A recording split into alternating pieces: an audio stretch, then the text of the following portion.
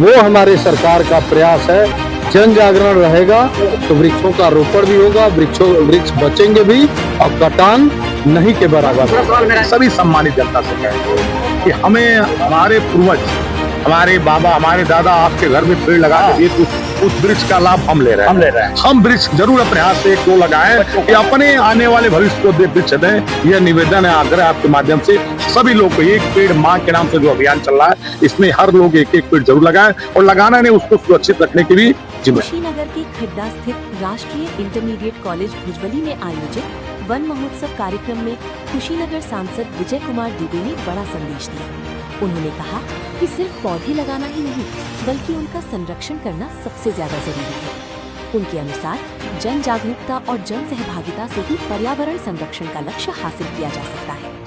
खड्डा विधायक विवेकानंद पांडे ने कहा कि उत्तर प्रदेश में वन क्षेत्रफल बढ़ा है और अब पर्यावरण संरक्षण को जन आंदोलन बनाने की जरूरत है। विद्यालय के प्रधानाचार्य डॉक्टर देवेंद्र मणि त्रिपाठी ने बताया कि इस वर्ष कुशीनगर में 46 लाख पौधे लगाने का लक्ष्य रखा गया है।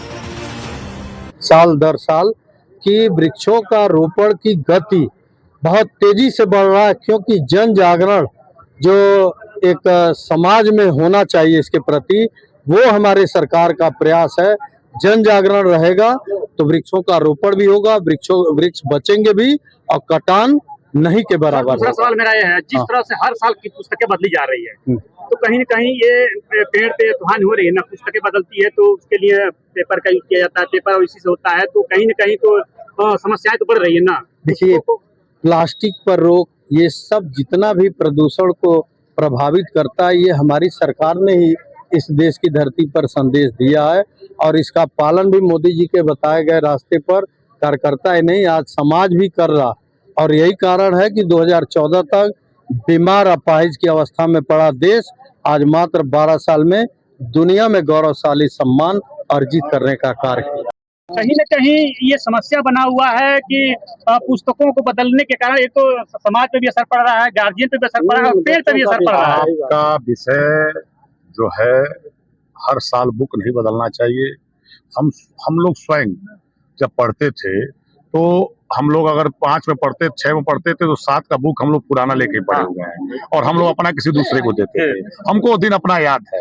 हम लोग पहले ही जब परीक्षा समाप्त होने वाला था, बोर्ड परीक्षा जब हम लोग फाइनल होता था, तभी हम लोग कहते क्या किताबों हमके दिए, दूसरा के मत दिया। हम लोग लेके पढ़ते थे।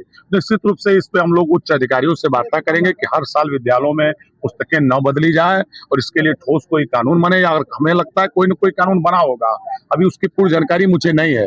मैं निश्चित रूप से आपके द्वारा मुझे जानकारी मिली है, इस पे हम बात करेंगे, क्योंकि व्यक्ति के आय का अगर ज्यादा पैसा शिक्षा पे खत्म हो जाएगा तो क्या करेगा। तो निश्चित रूप से आपका प्रश्न जो है, मैं इस पर दूसरा सवाल ये है कि बहुत जगह ऐसा है कि जो वन विभाग की जमीनों पे लोग अवैध रूप से कब्जा किए हैं, तो इसको कौन देखेगा, कौन इसकी निगरानी रखेगा? देखिए, सरकार समय समय पे अभियान बना के, अभी देखिए जितने चक्रोड़े थे उसको दिया जा रहा है। तो जिला अधिकारी द्वारा, उत्तर प्रदेश सरकार के द्वारा दिया गया चक्रोड़ों को खाली कराया जाए। ऐसे अभियान बना के जो भी सरकारी जमीनें जहाँ जो कब्जा किए होंगे, ऐसे लोगों को निश्चित रूप से, ऐसा कोई व्यक्ति अगर कब्जा किया होगा जो भूमिहीन होगा, उसके पास कोई घर नहीं होगा, उसके पास कोई रहने का ठिकाना नहीं है और सरकारी जमीन पे छकाया हुआ है, तो उसको कहीं ऐसे जगह व्यवस्था किया जाएगा जिसको रहने का आसरा मिले। किसी को ऐसा नहीं, हालांकि कोई ऐसा मजबूत आदमी इसके कई जगह घर हो, खेती हो, उसके बाद भी अगर जबरदस्ती छकाया होगा, निश्चित रूप से ऐसे लोग। तीसरा सवाल है सर, जिस तरह से आपकी बार चुनाव, कोई अभी लिमिट नहीं बता रहे हैं आप लोग कि कब चुनाव होगा,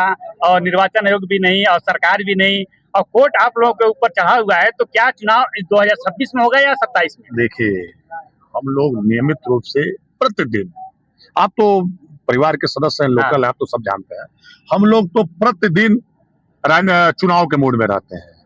वो व्यक्ति सोचे जो डेली चुनाव के मूड में रहा है। हम लोग प्रतिदिन चुनाव जब हो, आज हो तो आज, क्योंकि हम लोग चुनाव व्यक्ति नहीं लड़ते हैं, पार्टी लड़ती है और संगठन हमारे कार्यकर्ताओं को बदौलत हम लोग चुनाव लड़ते हैं।